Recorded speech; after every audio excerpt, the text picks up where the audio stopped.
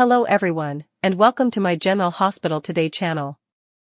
Gio shares a theory about Monica with Tracy, and a kidnapped Anna faces her worst nightmare. At the range for throwing hatchets, Justine meets Sonny. He's rented out the space for the night, so nobody will see them together, and he can use the kitchen to make his famous lasagna. They throw some hatchets, which Justine is terrible at, and eventually sit down for dinner. The acting DA admits it's the best lasagna she's ever had. Sonny steers the conversation to Willow's trial, and he thinks she should recuse herself. She refuses, as this is a career-making case, but he points out that it will earn her Drew's wrath if she sends Willow to prison, and he'll likely try to end her career. Sonny knows that she wants to take him down, and she needs to keep her job to do so, therefore, she should stay away from this trial. What's Tracy's new role according to Gio? Gio walks into the Quartermain mansion and is surprised to see Tracy sitting there. She explains, including expelling the family, what transpired with Ronnie and the will. Gio sides with Ronnie and the family, sharing his theory that Monica left the house to her, as she trusted her to hold the family together. Tracy roars with laughter. Tracy says she's too harsh and unforgiving for that job, and she shouldn't have to apologize, as her own family picked Monica's sister over her. Gio insists they didn't, they just asked her to be nicer to her and acknowledge Ronnie is part of the family. That's what the head of the family would do, and she is the head of the Quartermains now. Sam's family remembers her. Molly and Christina hang out with Scout at Alexis's house because Scout isn't ready for Halloween without her mother. The women convince her to watch Hocus Pocus, and Molly heads out to get a surprise. Christina and Scout decorate pumpkins and talk about Sam. Christina shares some memories of her sister, as Scout notes her dad never talks about her mom. Christina tells the girl to always know she's not alone, her mom is watching over her, and she has the rest of the Davis girls, of whom Scout happens to be one. Is Nathan going to take custody of James? Felicia and Spinelli are out trick-or-treating with James, and they stop by Bobby's to show Nathan his son's costume. They head in, and the boy, dressed as a cowboy, says hi to his dad and makes a beeline for Cody to show him all the candy he got. Nathan is clearly hurt. Felicia introduces Cody to Nathan, and the boy still wants to sort his candy with Cody. Nathan, Felicia, and Spinelli sit down, and Nathan can see how James worships Cody. Felicia says that in time, he'll form his own special bond with him. Nathan is grateful that James has so many people in his life, especially with Maxie not here. Spinelli says it's a good reason not to disrupt James' life, which Nathan takes to mean he shouldn't enforce custody. Spinelli panics, but Nathan calms him down. He wants to get to know his son better right now because he is aware that neither James nor he are ready for him to be a full-time father. Cody to the rescue, again. As Cody helps James sort his candy, Molly turns up to pick up Halloween cupcakes for Scout. Cody says hello to her and offers to take the cupcakes to her car, but Molly doesn't need help. He pushes it, grabs the box, and insists. Cody and Molly say hello to Nathan on the way out to the car, and outside, Cody explains he's trying to give Nathan and James an opportunity to bond. Molly tells him that was thoughtful of him, and wishes him a happy Halloween. Before she leaves, she says she's still looking for a way to save the Q's estate. He tells her she doesn't have to any longer. Back inside, James shares a lollipop with his dad and hopes next year he can come trick-or-treating with him. Nathan says he'd love that. Alexis and Danny remember Sam. Danny stops by to see his grandma at Alexis' office, and he, too, misses his mother on the holiday. Danny is also worried about Scout and fears he's letting his mom down as he can't keep his promise to look after his sister. Drew is to blame, not Alexis, she tells him. Alexis says the best parts of Sam live on in him and his sister. They embrace, and Alexis tells Danny how much like his mom he is, and that she'd be proud of the man he's become. Meanwhile, Molly returns home with the cupcakes, which got a little manhandled when Cody grabbed the box from her. She tells Scout that she ran into James and his family at the diner, and Cody was there as well, which Christina latches onto to tease Molly about her crush. Is Faison alive? Jason stops by Anna's office, and the cop needs a favor. She wants him to find out from Britt if there is a possibility that Faison is alive.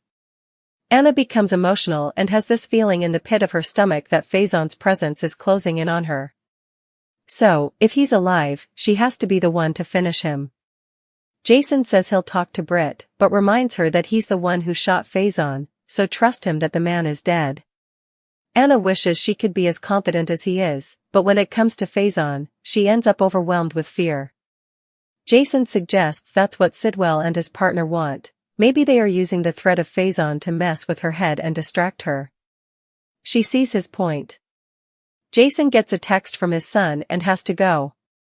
Anna thanks him for talking her down. Jason stops by Alexis' office to pick up Danny. Danny has a bag of candy, Sam's favorite, and asks his grandma to give it to Scout and tell her Happy Halloween. Alexis breaks down in tears as Danny and Jason leave. In the hall, Jason breaks a bit of good news to Danny about Monica's, now Tracy's, house. Across town, Anna gets into her car and leaves a message with Jack to call her back, as she thinks Sidwell is using Faison as a smokescreen. Suddenly, a hand in the back seat grabs her and chloroforms her. In the show's final moments. At the range, Justine admits she could end up in a no-win situation with this trial, but she's going to beat Alexis and make Kane happy. She says she can overcome any odds when she puts her mind to it, tosses a hatchet, and hits a bullseye. At Bobby's, Felicia and the others celebrate Maxie's birthday, and James blows out the candle, wishing his mom could be here with them. Cody watches from outside. Alexis returns home and gives Scout the present from Danny. Scout says they should all have a piece for Mommy. They all hug and eat a piece of candy in Sam's honor. At the mansion, Tracy tells Gio that the head of the family is not a job she's suited for, but Gio believes it's why Monica left her the house. It ties her to the family. Tracy admits he's right, she needs her family, but so does he. Jason and Danny walk in and ask where everyone is. Tracy says, hopefully, they will be home soon. Anna wakes up handcuffed to a chair in a dank, dark room. She screams for help, and a voice comes through a speaker that sounds like an electronic Faison. Be at peace, Anna, you are on your way to a new life, the voice says. She struggles to break free and screams. The mystery in Port Charles deepens to a chilling crescendo as Anna Devane's long-lingering fears finally materialize into reality. After weeks of paranoia, cryptic warnings, and eerie coincidences, the once steely WSB agent finds herself trapped, alone, and facing the specter of her darkest nightmare, the voice of Caesar Faison echoing through the darkness. At the same time, chaos ripples across town, as Felicia's well-meaning attempt to protect James and his family takes a dangerous turn, leading to her sudden disappearance. Meanwhile, at the Quartermain mansion, Joe's startling theory about Monica's will and Tracy's new role shakes the foundation of the family yet again. And back at the hatchet-throwing range, Sonny and Justine's secret meeting could change the fate of Willow's trial, and everyone involved. It all begins innocently enough. In the cool quiet of the night, Justine meets Sonny at a secluded hatchet-throwing range he's rented out for privacy. The acting DA, all business and ambition, doesn't expect to find herself throwing hatchets and laughing with the infamous mob boss. But Sonny Corinthos, always several moves ahead, knows exactly what he's doing. Between the rhythmic thuds of steel sinking into wood, he cooks his legendary lasagna in the range's small kitchen. The aroma fills the air as they sit down to share a meal that's more than just dinner, it's a negotiation. Justine admits it's the best lasagna she's ever had, but Sonny quickly steers the conversation toward the real reason they're meeting, Willow's upcoming trial. Sonny warns her that pursuing the case will make her a target of Drew Kane's wrath, and could cost her the very career she's trying to protect. He advises her to recuse herself, to step back before she destroys both her reputation and her chances of ever taking him down legally. It's a veiled threat wrapped in concern, and Justine knows it. But she's not backing down. I can overcome any odds, she tells him with quiet conviction. When she tosses a hatchet and it hits dead center, Sonny can't help but smirk, the DA might be more dangerous than he thought. Across town, the Quartermain mansion hums with tension of a different kind. Gio arrives to find Tracy sitting alone in the dimly lit drawing room, staring at Monica's portrait. She fills him in on the fallout from Ronnie's supposed betrayal, the fake will, and the family feud that's left everyone divided. Gio listens, thoughtful as always, before sharing a surprising theory, that Monica intentionally left the estate to Tracy not to punish the others, but because she trusted her to be the family's anchor. Tracy laughs bitterly, dismissing the notion that she could ever be the family's moral compass. "I'm too harsh and unforgiving for that job," she says, insisting she shouldn't have to apologize for being herself. But Gio pushes back gently. "That's exactly why Monica trusted you," he insists. "She knew you wouldn't break under pressure. She believed you'd hold the family together, even when they fought you." His words strike a chord. For the first time in years, Tracy sees her role not as a burden, but a challenge, and perhaps even a chance at redemption. As their conversation unfolds, a sense of uneasy peace settles over the mansion, though both can feel that something darker is brewing beyond those walls. Elsewhere, at Alexis Davis's home, family bonds are the only thing keeping the Davis women grounded. Molly, Christina, and young Scout gather for Halloween, trying to lift the somber mood that has hung over them since Sam's passing. They carve pumpkins, share stories, and watch Hocus Pocus, all while keeping Sam's memory alive. Christina comforts Scout with heartfelt words, "You're never alone, kiddo. Your mom's watching over you, and you've got all of us." It's a rare moment of warmth in a night otherwise filled with uncertainty and sorrow. Meanwhile, Felicia, ever the protective matriarch, takes James out trick-or-treating with Spinelli. They stop by Bobby's diner, where Nathan, freshly returned and still finding his place, greets his son. The reunion is tender but awkward. James, dressed adorably as a cowboy, immediately runs to Cody, eager to show off his candy haul.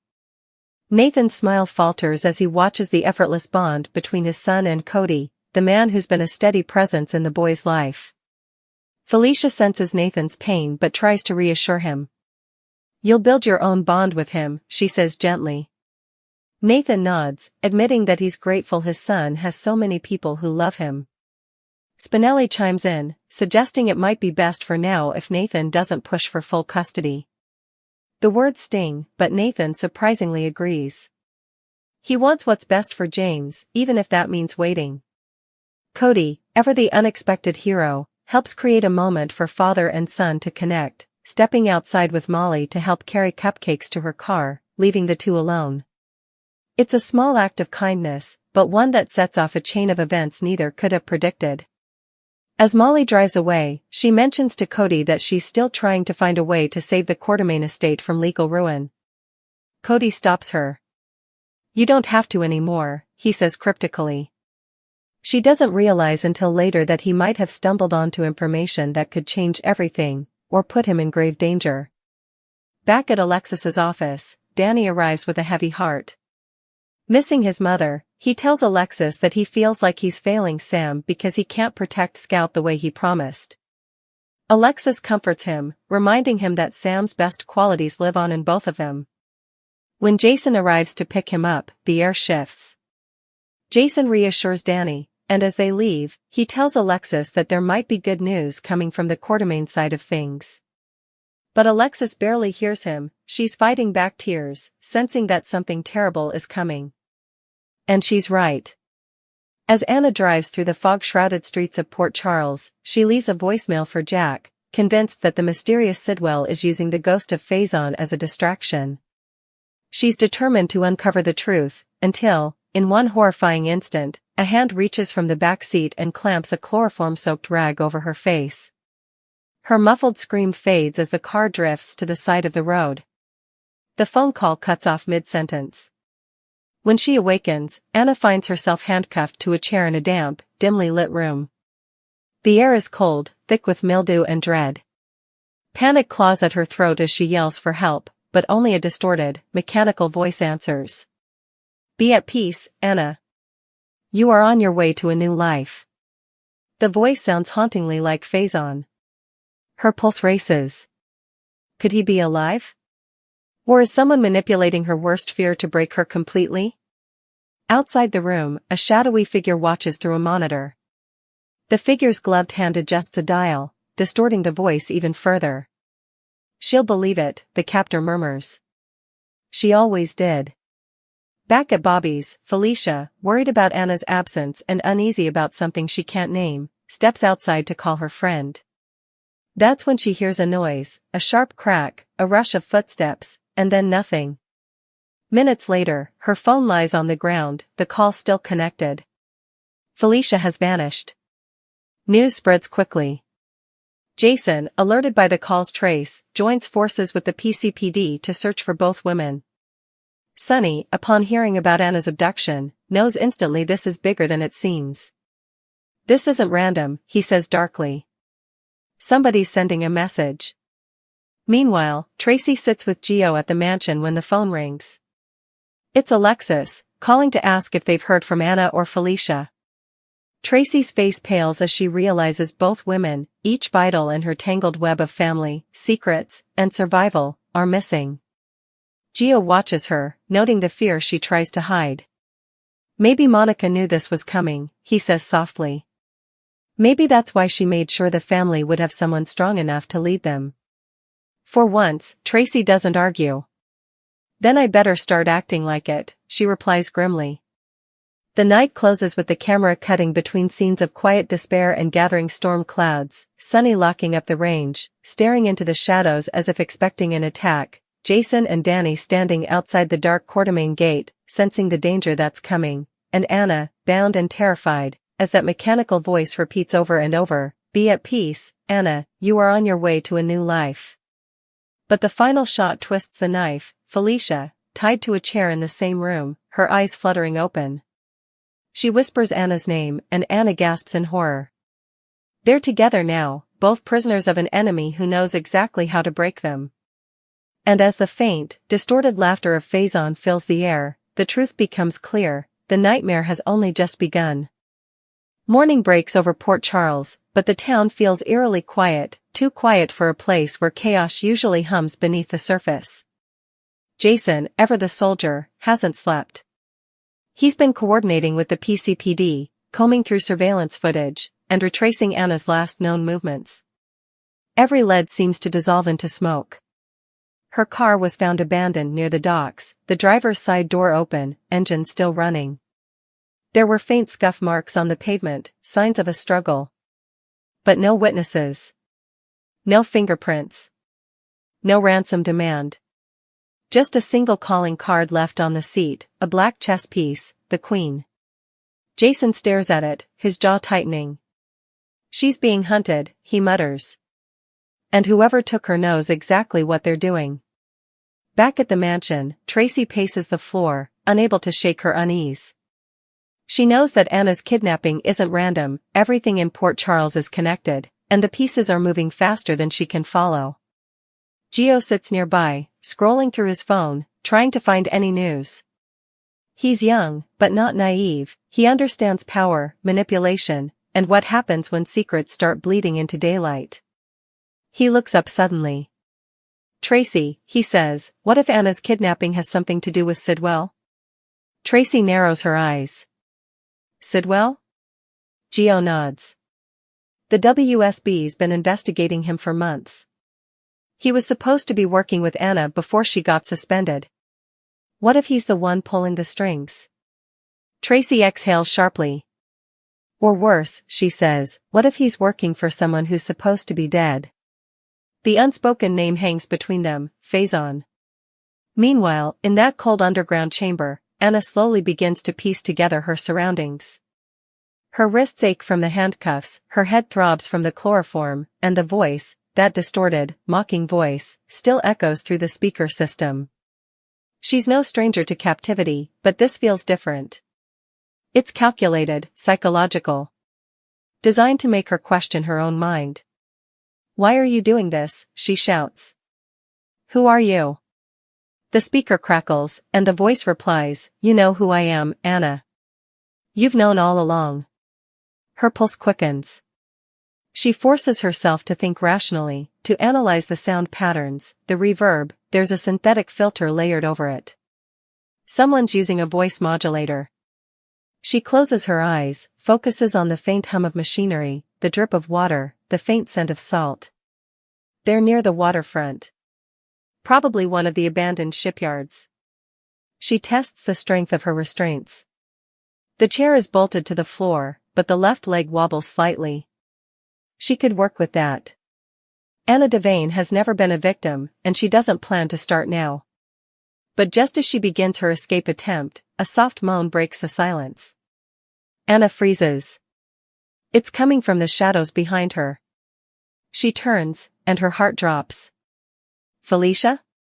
Her old friend is slumped in another chair, bound, pale, and barely conscious. Anna's mind races. No, no, no, she whispers. What did they do to you? Felicia opens her eyes weakly. Anna, they said it's not over.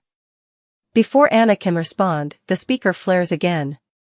2 for the price of 1, the voice taunts. You both interfered in matters that didn't concern you. Now, you'll see the consequences. Felicia struggles against her bonds, but Anna urges her to stay calm.